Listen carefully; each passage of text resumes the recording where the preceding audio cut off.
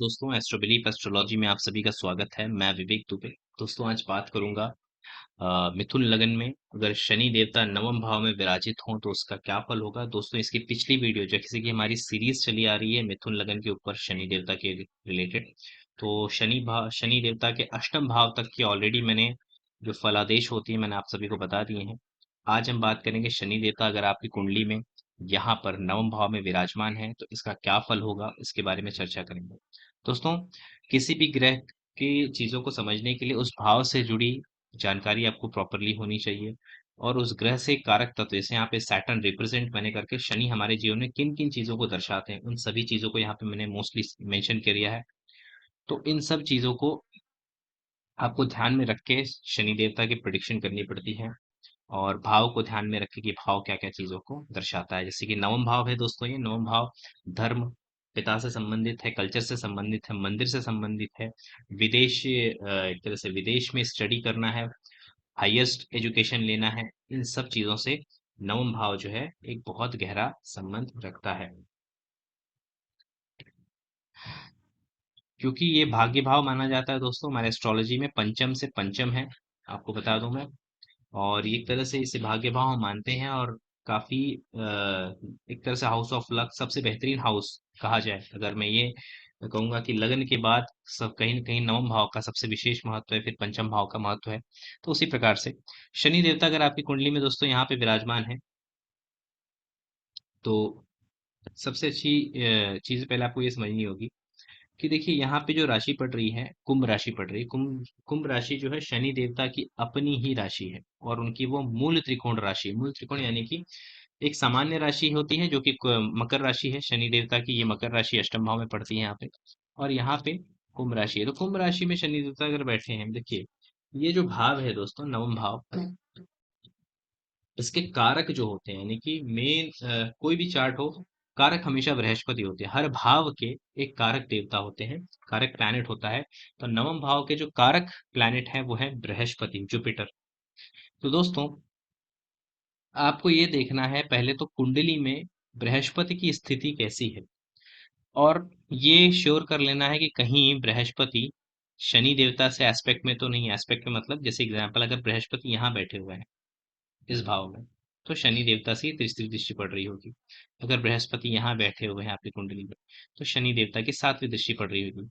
और अगर शनि देवता यहाँ बैठे हुए हैं छठवें भाव में तो भी शनि देवता की 10वीं दृष्टि यहाँ पे पड़ रही होगी। यानी कि आपके कुंडली में बृहस्पति यहाँ यानी कि 11वें भाव में, तीसरे भाव में या छठवें भाव में नहीं बैठे हों तो ये बहुत अच्छा होगा क्योंकि वो शनि की दृष्टि में होंगे। अगर यहाँ पे होंगे तो शनि की दृष्टि उन पर होगी। पर बृहस्पति की दृष्टि जो कि बहुत ही कल्याणकारी, बहुत ही ब्लेसिंगफुल दृष्टि होती है बृहस्पति की, वो शनि पे नहीं पड़ रही होती है। बट शनि की जो एक कुदृष्टि कही जाती है, वक्र दृष्टि कही जाती है, वो बृहस्पति पे पड़े। बृहस्पति जो होते हैं दोस्तों हमारे जीवन में भाग्य के कारक होते हैं। बृहस्पति हमारे जीवन में हमारी ग्रोथ के कारक होते हैं। हमारे जीवन में जितना भी वो सुख है जो हम बाजार से जाके खरीद नहीं सकते, जैसे विवाह हो गया, विद्या हो गई, आपके अपने बच्चे हो गए, संतान हो गई, और जनरेशन का आगे बढ़ना, इन सब चीजों को लेके ये इसके लिए मेन जो कारक होते हैं बृहस्पति होते हैं। अगर शनि देवता बृहस्पति जी को देख लेते हैं तो उस चार्ट में बहुत ज्यादा चांसेस होते हैं कि जीवन की ग्रोथ जो है वो थोड़ी धीमी गति से होती है। यानी कि विवाह में धीरे धीरे होके विवाह होना, या फिर बहुत लेट विवाह होना, संतान प्राप्ति में दिक्कत आना, और कहीं न कहीं जीवन में इंसान को अपनी ग्रोथ को लेके, एक सांसारिक ग्रोथ जो होती है उसको लेके हमेशा परेशानियों का सामना करना पड़ता है। ठीक है? ये एक इंटरप्रिटेशन मैं आपको दे रहा हूँ। उसी प्रकार से अगर बृहस्पति देवता आपकी कुंडली में यहाँ विराजमान है, पहले भाव में अगर यहाँ पे विराजमान है, और या फिर यहाँ पे विराजमान है पंचम भाव में, ये दोनों बहुत ही अच्छे भाव होंगे। अगर आपके बृहस्पति देवता पहले या पंचम भाव में विराजमान है तो बहुत अच्छी बात है। अब बृहस्पति की दृष्टि शनि देवता पे पड़ेगी पर शनि देवता की दृष्टि बृहस्पति पे नहीं पड़ेगी। अब बृहस्पति की दृष्टि शनि देवता पे पड़ेगी तो ये बहुत अच्छा होगा आपके कार्य क्षेत्र के लिए, करियर के लिए, करियर अपॉर्चुनिटीज के लिए बहुत ही उम्दा आपके लिए होगा। इवन पिता से संबंधित बहुत अच्छे, पिता का आशीर्वाद लेना आपके लिए बहुत शुभ होगा। और पिता से बेनिफिट्स, पिता के वजह से आपका कहीं ना कहीं भाग्योदय भी निश्चित होगा, अगर बृहस्पति देवता पहले पंचम भाव में विराजमान है तो।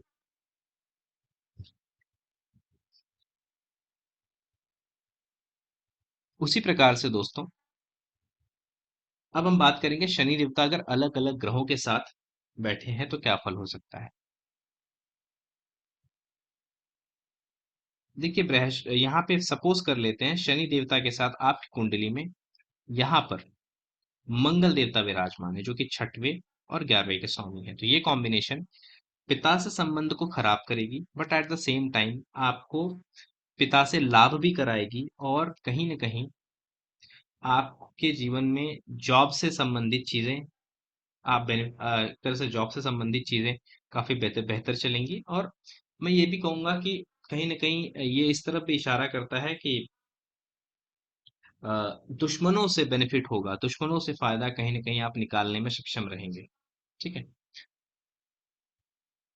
इसी प्रकार से अगर शनि देवता के साथ अगर चंद्र देवता विराजमान है तो यहाँ पे एक प्रकार का विष योग, जो आप जानते होंगे इसे, विष योग निर्माण होगा, जो कि जैसे कि चंद्रमा यहाँ पे दूसरे भाव के स्वामी हैं और वो नवम भाव में आके बैठते हैं शनि के साथ।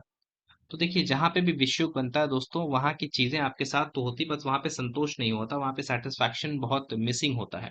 तो हो सकता है पिता से आप संतुष्ट ना हो, या फिर पिता कहीं ना कहीं आपसे संतुष्ट ना हो, या फिर आप अपने कल्चर से, अपने धर्मा से कहीं न कहीं संतुष्ट ना हो, उसको लेके कुछ न कुछ दिक्कत, या फिर कुछ न कुछ कह सकता हूँ डिससैटिस्फैक्शन वाली भावना रहेगी।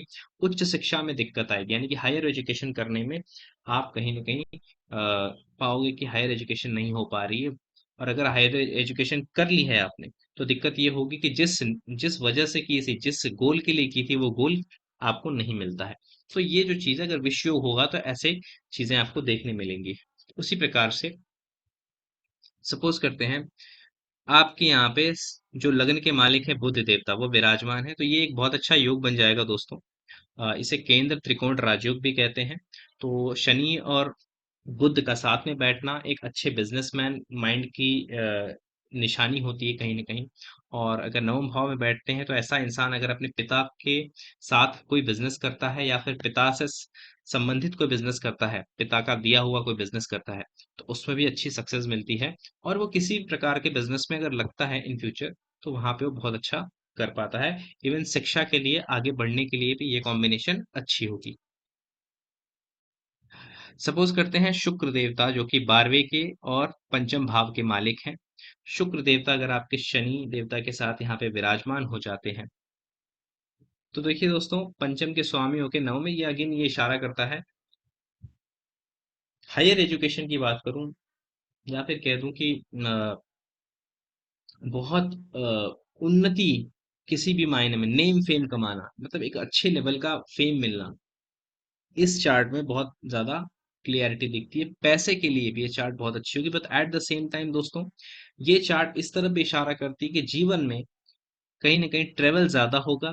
खास करके जब आपकी संतान प्राप्ति होगी, अगर संतान हो जाती है आपकी, उसके बाद आपकी जीवन में ट्रेवलिंग थोड़ी सी बढ़ जाएगी। खास करके अगर चाइल्ड फीमेल है तो 100% आपकी यात्राएं बढ़ेंगी, और यात्राएं जीवन में ज्यादा हो जाएंगी। फॉरेन ट्रेवल होने के बहुत सारे चांसेस होंगे। उसी प्रकार से सपोज कर लेते हैं आपकी कुंडली में अगर यहाँ पे सूर्य देवता स्वयं विराजमान हो शनि देवता के साथ, तो सूर्य और शनि का दोस्तों देखिए दोनों ही एंटी प्लैनेट्स हैं, but at the same time नवम भाव पिता का भाव होता है, और दोनों साथ में विराजमान है। सूर्य और शनि साथ में आ जाते हैं नवम भाव में।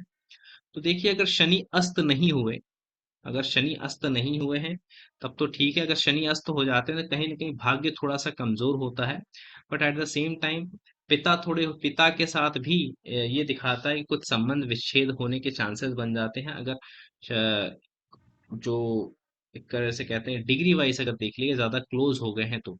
बट अगर यही कॉम्बिनेशन शनि और सूर्य के कॉम्बिनेशन पे मान लीजिए बृहस्पति देवता की दृष्टि पड़ जाती है, तो कोई भी नेगेटिव चीजें नहीं, बहुत पॉजिटिव चीजें निकल के आएंगी, और बहुत ही ब्लेसफुल चीजें, यानी कि एक अच्छी ऊंचाइयों पे पहुंचना, या फिर पिता के बिजनेस को बहुत आगे लेके जाना, पिता से संबंधित कोई भी चीज आपको जो मिली है पिता से, उसको बहुत अच्छे लेवल पे लेके जाना, और ऐसा इंसान कुछ बड़ा करेगा जीवन में, इसकी तरफ इशारा करता है। तो दोस्तों यहाँ तक मैंने आपको बता दिया अब मंगल की बात कर ली हमने, शुक्र की कर ली, चंद्रमा की कर ली, सूर्य की कर ली, बृहस्पति के बारे में मैंने आपको बता दिया। उसी प्रकार से दोस्तों, अगर इस कुंडली में यहाँ पर केतु विराजमान हो तो ये पिता के लिए अच्छा नहीं है। इवन राहु विराजमान हो तो कहीं ना कहीं ये दिखाता है कि इंसान अपने जीवन में पिता की सेवा जरूर करेगा। शनि राहु का संबंध अगर नवम भाव में, हालांकि पिता और उनके बीच में शायद ज्यादा बने ना, बट बच्चा जो है वो पिता की सेवा जरूर करेगा मोस्ट ऑफ द टाइम। तो ये जो चीज है इस तरफ इशारा करता है। तो ये दोस्तों मैंने ओवरऑल सारे जितने भी कॉम्बिनेशंस होते हैं मैंने आपको वो समझा दिए। अब हम बात करेंगे शनि देवता के दृष्टियों के बारे में। देखिए, शनि देवता की दृष्टियां जो होती हैं, तीसरी दृष्टियां होती हैं, सातवीं होती हैं, 10वीं होती हैं। तीसरी दृष्टि दोस्तों यहाँ पे पड़ रही है 11वें भाव पे, सातवीं तीसरे भाव पे, और 10वीं जो है वो छठवां भाव जो होता है उस पर पड़ रही है। तो शनि की तीसरी दृष्टि जहां भी पड़ती है वहां से सुख पाना, यानी अपने दोस्तों से सुख मिलना, हैप्पीनेस मिलना, उसमें थोड़ी-सी आपको प्रयत्न ज़्यादा करने पड़ेंगे जीवन पे। देखिए, मिलती है ऐसा नहीं है, दिक्कत नहीं आती, बट थोड़ा-सा प्रयत्न यहाँ पे हार्ड वर्किंग हो जाता है, क्योंकि शनि देख रहे हैं तो थोड़ा-सा हार्ड वर्क बढ़ जाएगा। उसी प्रकार से शनि देवता अगर आपके सप्तम भाव को देख रहे हैं कहीं न कहीं, आई मीन अपने से 7वीं दृष्टि दे रहे हैं आपके तीसरे भाव पे, तो कहीं न कहीं ये दिखाता है कि आपके अंदर कुछ नया करने का कहीं न कहीं हिम्मत, ताकत ज़रूर रहेगा। कुछ नया ट्राई करने से आप जल्दी पीछे नहीं हटोगे, इस तरफ एक इशारा करता है। एट द सेम टाइम ये भी दिखाता है कि भाइयों से कुछ संबंध जो है, वो खराब होने के चांसेस बनते हैं। भाइयों के साथ अच्छा संबंध बना के चलें और पेपर वर्क्स में किसी भी प्रकार की लापरवाही ना करें।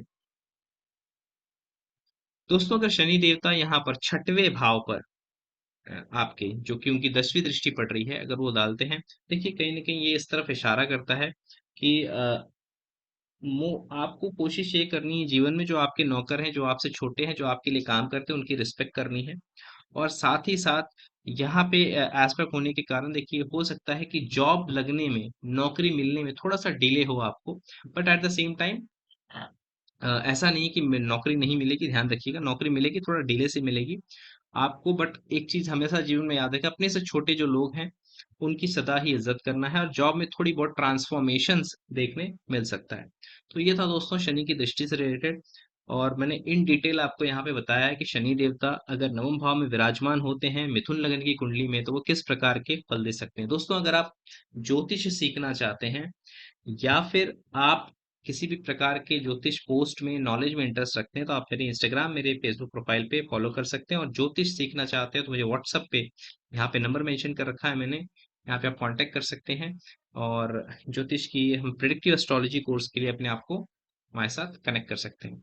आशा करता हूँ ये वीडियो आपको अच्छा लगा होगा दोस्तों। वीडियो अच्छा लगे तो वीडियो को लाइक जरूर कीजिएगा और चैनल को सब्सक्राइब कीजिएगा। मिलते हैं नेक्स्ट वीडियो के साथ, तब तक के लिए आप सभी को नमस्कार।